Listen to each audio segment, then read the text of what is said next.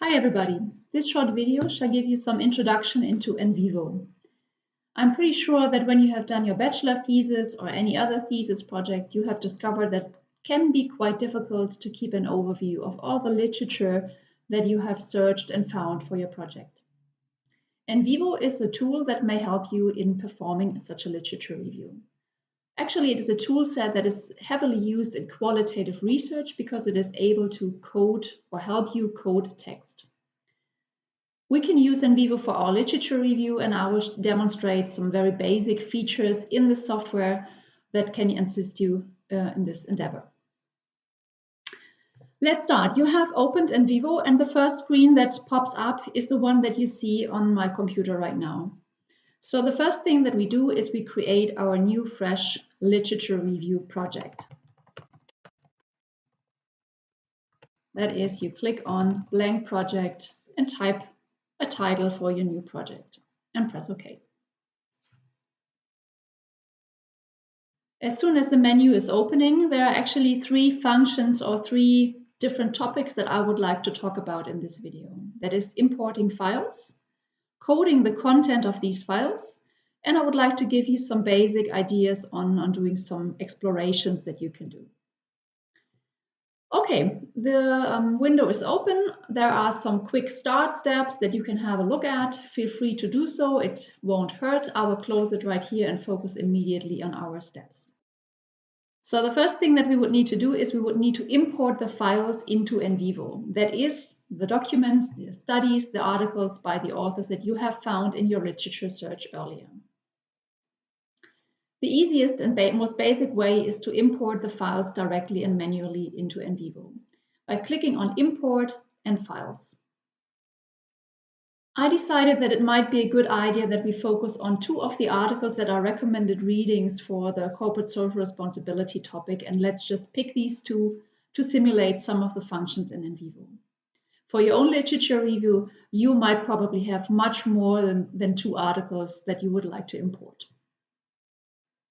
So I will select the two articles that were recommended readings here and click on Open so that Nvivo can import the files. There's one checkbox, at least in the Windows situation, where Nvivo is asking you whether you would like to create a case for each imported file. If you do so, you will have some further options in classifying the different studies. For example, you could provide some additional information on journal quality, and alike. But I would say much of the information that you can create in there, it can also be created in the form of notes or codes. So I think it's not very essential for our literature review to fill this in here. So I will leave it blank and just import the files as they are. A new menu opens up where you can see the files that are imported. If you make a double click on one of the files, you can see that you can open the file as a PDF in Nvivo. So first step already done. Next step would be to start the coding procedure. That is, you will start coding the text, the content of these files that you are interested in. Much of the topic that relates to content coding is more of a conceptual nature. That is not so much learning how to use Nvivo. It's much more about learning how to conceptualize your literature review. That is, for that purpose, you would need to first develop an idea what it is that you are interested in coding. Examples could be that you might be interested in coding the scope and context of the studies. So in which countries have they been done? What are the theories that the authors have been using for their studies? What are the constructs and variables that they were using? So how did they, for example, measure corporate social responsibility? Was it brand equity or brand loyalty that they were looking at? Or you might be interested in coding the key findings. So did they find a positive or negative association between the constructs involved? But at the end of the day, this kind of idea of developing codes or structuring the content is up to you as a researcher, and you need to develop an idea of what it is that you would like to code. More importantly, if you work in team, it is absolutely essential that you agree on a certain coding structure beforehand, because otherwise everyone will just do his or her own coding and it will be very hard at the end of the day to bring these things together. Let us now, in a very basic step, assume that you have already developed an idea of a code frame, and one part of this code frame is that you are interested in the variables or constructs that these authors were using for their studies. So you might be interested in finding out what was the dependent variable, was it brand equity, was it brand loyalty, what was it and how was it measured, and what were the independent variables that were used. Maybe even control variables that the authors used for their models. Let us assume that this is the coding structure that you would like to implement. To implement this coding structure into Nvivo, you will here see a function that is called codes or nodes. At the moment, when you click on codes or nodes, you will see there is nothing because we have not created any codes yet. To start creating codes, we can click here on create and create a node. A node is what Nvivo is calling the bucket, I would say, to later on code the content into this bucket. So we can create a node and we could call that node variables or constructs. You can also add a description. Maybe if you want to specify when exactly certain contents are coded under that node, you can add that into the description to help also your fellow students later to identify why certain contents were coded under this node. If you click on OK, then I see I am not allowed to use this one. I'll just say variables and or constructs. Fantastic. First node is created. And if we move this a little bit, we can read it better and see, this is the first node. Then we might be interested not only to code the variables and or constructs, but we would be interested in immediately figuring out what are the dependent constructs or variables and what have been the independent constructs or variables. That is, we might create a new node that belongs to this over node here and say we are interested in having a new node that is called dependent variables and or constructs. And you can see as soon as I create a node, when this over node is marked, this node is immediately substructured or subtopic of this over node. You can change the structure by dragging and dropping.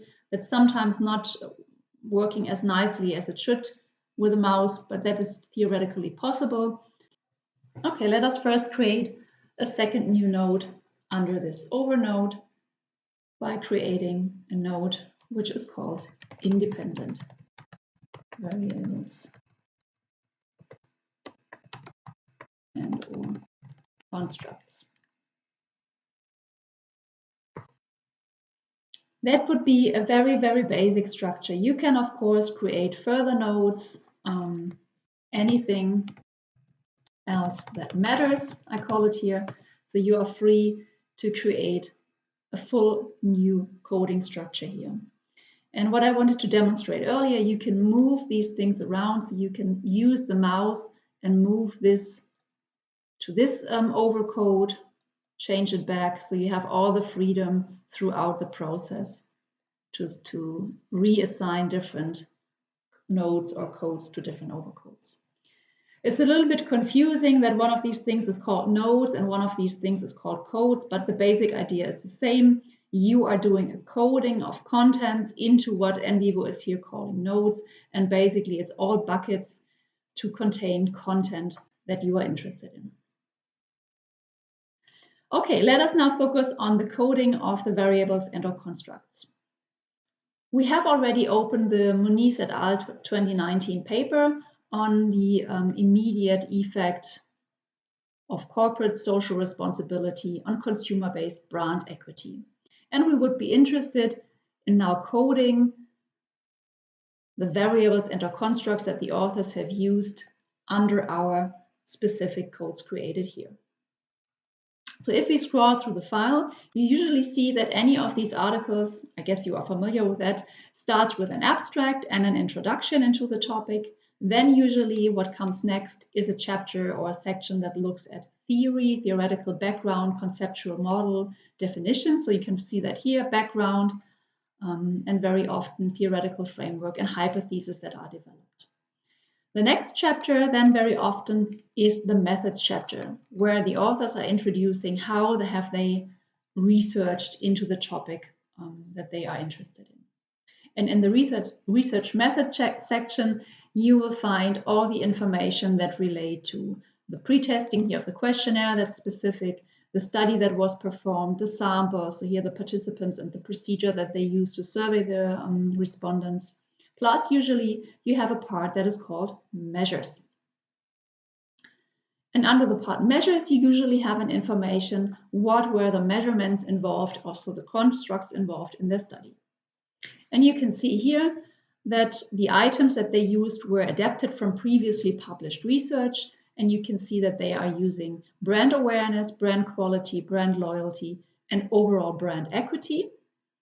And you can see that they were measured by using certain scales that are referenced here by you, none, and so forth. And then you can see that there is a variable that is called corporate social responsibility. And you can see that they have measured it using the scale that they are introducing right here. That is, we could code the information on the dependent variables under dependent and just mark the text that we would like to code here and move this over to dependent variables. Then we can see that corporate social responsibility is the independent variable here. And we can see that they have measured this along a certain question that they have outlined here. So we move this over to independent variables. Just a quick check. Now we have coded the text under these nodes. If we would now click on the node dependent variable, you will see that a new window will open up where you can see the text that you just coded under this node. Same here, independent variable, the same text is here that you have just coded under this node. One of the things that might be relevant for you is asking why did Nicole now code these things as dependent and the other thing as independent. You can see here a conceptual framework that the authors have presented, and you can see overall brand equity is a dependent, the final dependent construct. There are some further dependent constructs, that is brand awareness, brand quality, and brand loyalty, depending on corporate social responsibility. Nonetheless, these constructs are also independent in a sense as they are determinants of overall brand equity. So it's a little bit of an overlap here, and it's your choice at the end of the day where to code these things. That is, speaking of the description under these nodes, it might be relevant for you to specify how you will code intermediary variables in a model. So if you go back to your code and go back to the node properties, you could say that for structural equation models, intermediary constructs are coded as dependent constructs. Just as an information. So that is something that you will agree on or something that you specify for yourself so that you ensure that for every article for which you do the coding, you use the same procedure.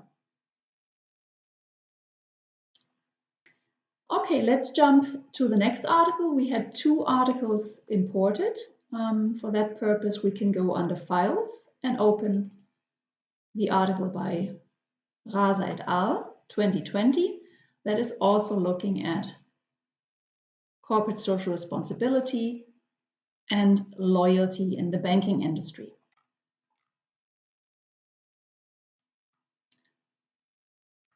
Same procedure here. We have an introduction, we have a literature review and a hypothesis development section. We can see a model here that also gives us an idea how did they build up their study. We can see customer loyalty here as the ultimate target construct. We see trust, something that is called CCI. We have to figure out what that is. E as Q, and corporate social responsibility as an independent construct. So let us see what is in the package. by scrolling down to the method section.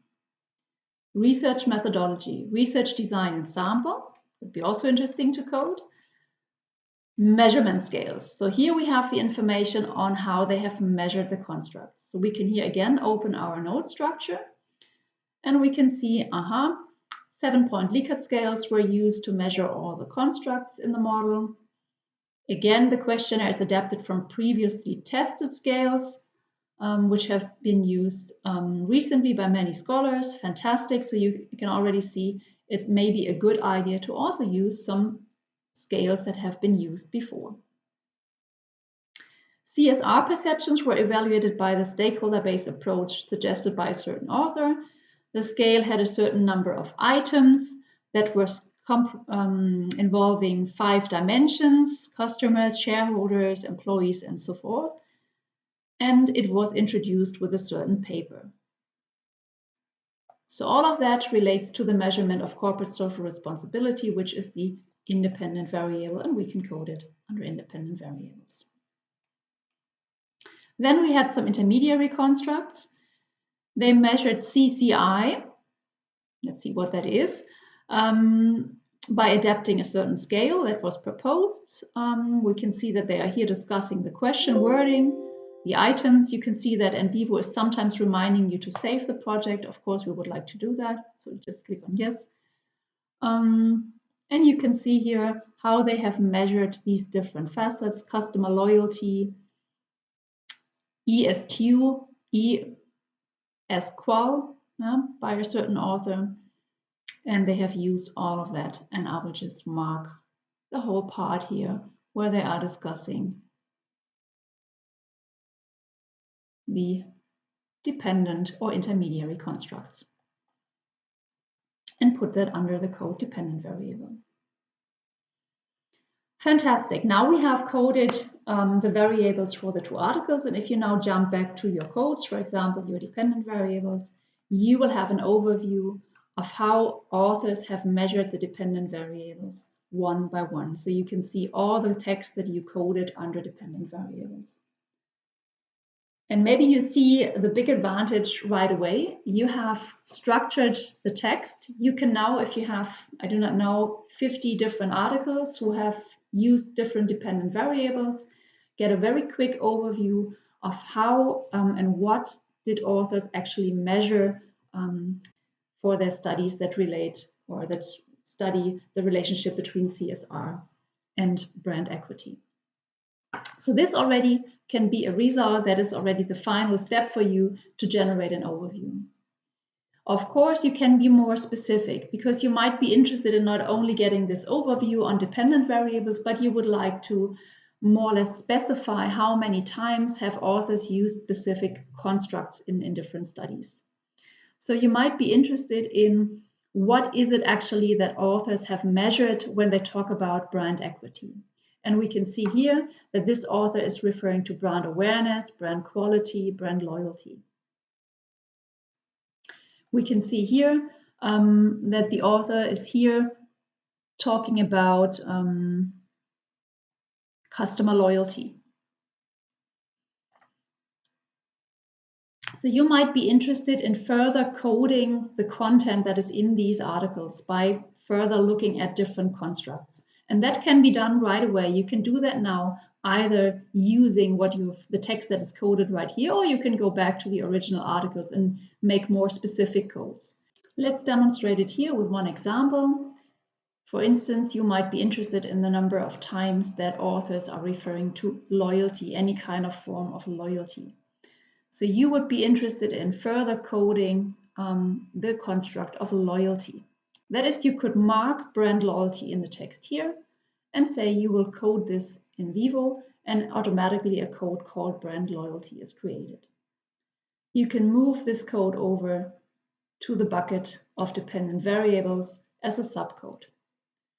And as another one is also talking about loyalty, but rather talking about customer loyalty here, that's the Raza et al. Article 2020, you might say brand loyalty is maybe too narrow. We will just call it loyalty. And we will also code customer loyalty under this bucket. If you then would go into your loyalty construct, you will just get an overview of what was coded under this keyword loyalty. And it can be interesting depending on how narrow or how broad you code it here to read the text, or it can just be interesting for you to see or to look at the number of times that the construct loyalty is involved in the different articles. So depending on what you're interested in, if you're interested in really the text or the measures, you need to code a little bit more text here so that you will later be able to read through that and get a feeling for how did they measure it, for example. Whereas if you would only be interested in the numbers, it's just marking the keyword and ensuring that it is counted under the code loyalty. Another feature that might be interesting here is that you can also click through the PDF document. So you are here under the code loyalty. You can see that there was a code, a brand loyalty for the article by Moniz et al. 2019. You can then go to the PDF file and see where is this code actually marked in the file so that you can see the position in the text where the authors are talking about it, which could be helpful to see what other text, what other information is around this keyword. Okay, again, this is just a very basic introduction into some of the features to create codes. So you can see the value of the coding system pretty much lies in the way that you conceptualize these things and how you create the content structure to your coding. For your own literature review, you are now invited to develop your own coding structure, make it fine-grained, make it more helicopter-like. That's fully up to you, but I'm pretty sure that when doing a literature review, these very basic steps in Nvivo help a lot to structure the contents, to keep the overview of the contents, especially, or not only, but especially when you're working in a team where several people have found different articles that are all relevant to the topic. Good, that was what I wanted to demonstrate for the coding and the coding of contents. You are invited to play around. I know that for the Apple users, some of the menus might look different, but I'm pretty sure you figure out how this works. Please feel just free to click around. There's nothing that can break in the software. So just play around, explore a little bit yourselves, and I'm sure that this is not too much of a difficulty for you to figure out how to create these codes. Good, let us jump into the last step that I would like to demonstrate, namely the functionality of exploring content using Nvivo. You will see here in the menu that there's a feature that is called Explore, and you can see that you have a lot of options. We will concentrate in this tutorial on the basic functions that we might want to use for our literature review. And two of the things that I think could be of relevance for you are the text search and the word frequency function. So the fantastic news is you can actually search for text in all the documents that you have imported into Nvivo. That is, you can immediately find out how often certain keywords have been used by all the authors that are relevant to your literature review. Let us take one example. You might be interested in figuring out how many of these authors have used structural equation models for their research projects. How many of these authors have used necessary condition analysis? Or if you do a more content-related literature search, you might be interested how many of the authors have used a certain conceptual tool set or conceptual model in their analysis. Let's simulate that. You can click on Explore Text Search. Then you can immediately type in what you are searching for, and that might be the abbreviation SEM for structural equation model as a keyword. You can here select where Nvivo is supposed to search. So you can select the items that Nvivo should search in. And you can see that you can select the 2 articles that Nvivo should do the search in. You could also specify nodes in which the search should be happening. So that is, you can limit the search to specific sub-areas of these articles or papers that you are interested in. In my example, let us stay with the files, the 2 files that we have imported. And click on OK. If you then run the query, you will get an overview that the keyword SEM is here used in one of the articles, that is Raza et al. 2020. and it has been referred to 17 times, obviously. If you click on reference here, you can see all the references to SEM that are found in the article. You can also click on something that is called word tree, where you get an overview in which context is the abbreviation SEM used in the different articles. In our case, it's just one article. So you can see what is the text that is surrounding SEM. And you can see that the author is talking about PLS SEM, obviously, as an emerging tool, which has to have some superiority, is preferable, and so forth. So you immediately get an idea of the context in which a certain keyword is used. Let us take another example. You might be interested in figuring out if the authors are referring to theory in their article. That is, you would look for the keyword theory. And then there is a very nice feature here that you can say, are you interested in only exact matches? That is, you would like to see that the word theory, as it's spelled here, is found in the articles. Or are you interested in more soft versions of the word theory? That is, word stems or even synonyms for this word. If we run the query here, we can see what do the authors talk about in terms of theory. And let us maybe start by the summary first. We can see that the word theory, obviously, or the synonyms are used in both of the articles. And if we go back to our word tree, we immediately get a feeling for what it is that authors are talking about when they refer to theory. They talk about signaling theory, stakeholder theory, again, stakeholder, social identity theory. So you immediately get a feeling for what kind of theories are involved in the articles in your review. And that is a very nice feature to enable a very easy on entry into the topic. Again, please play around with the different functions and see how this can be of interest for your own study. Another feature for exploration that I would like to demonstrate is the word frequency count. And if we go back to explore, you can see that there we have this option of asking for a word frequency. And it basically is the same procedure of picking parts that matter to this word frequency count. You can say, I will select certain items, and that could be the 2 articles that you are interested in, but that could be also content that comes from your notes, and maybe we will pick this time to simulate this also. So we would be interested in the word count that relates to the dependent variable coding only. So we will only check this dependent variable node and click on OK. Then you can say Nvivo should display the most frequent 10, 20, whatever words, and we will just run the query right now to get an overview. If you just run the query as it is, you will see that every word that has a certain number of times that it is represented in the article is listed over here.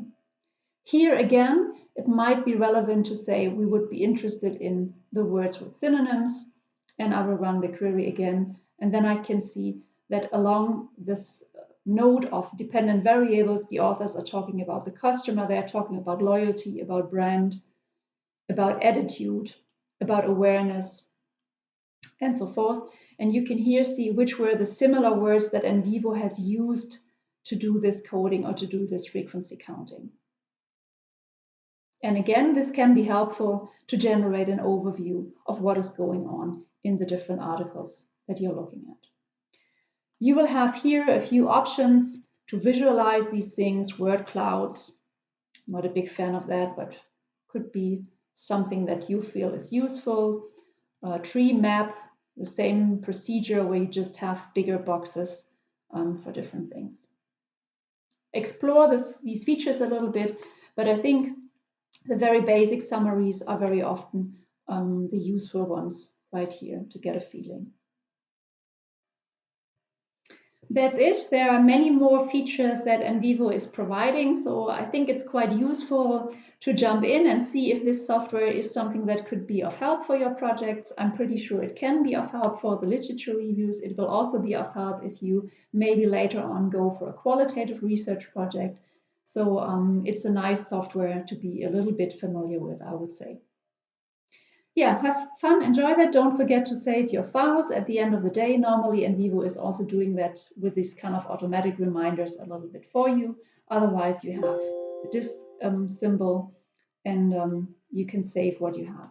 The queries itself will not be saved, so you can save a query kind of separately from the project, but usually you might not be interested in all the queries. It's more an intermediary thing that you use to yourselves get an overview, but what is saved is the node structure and the files that you have imported into the project.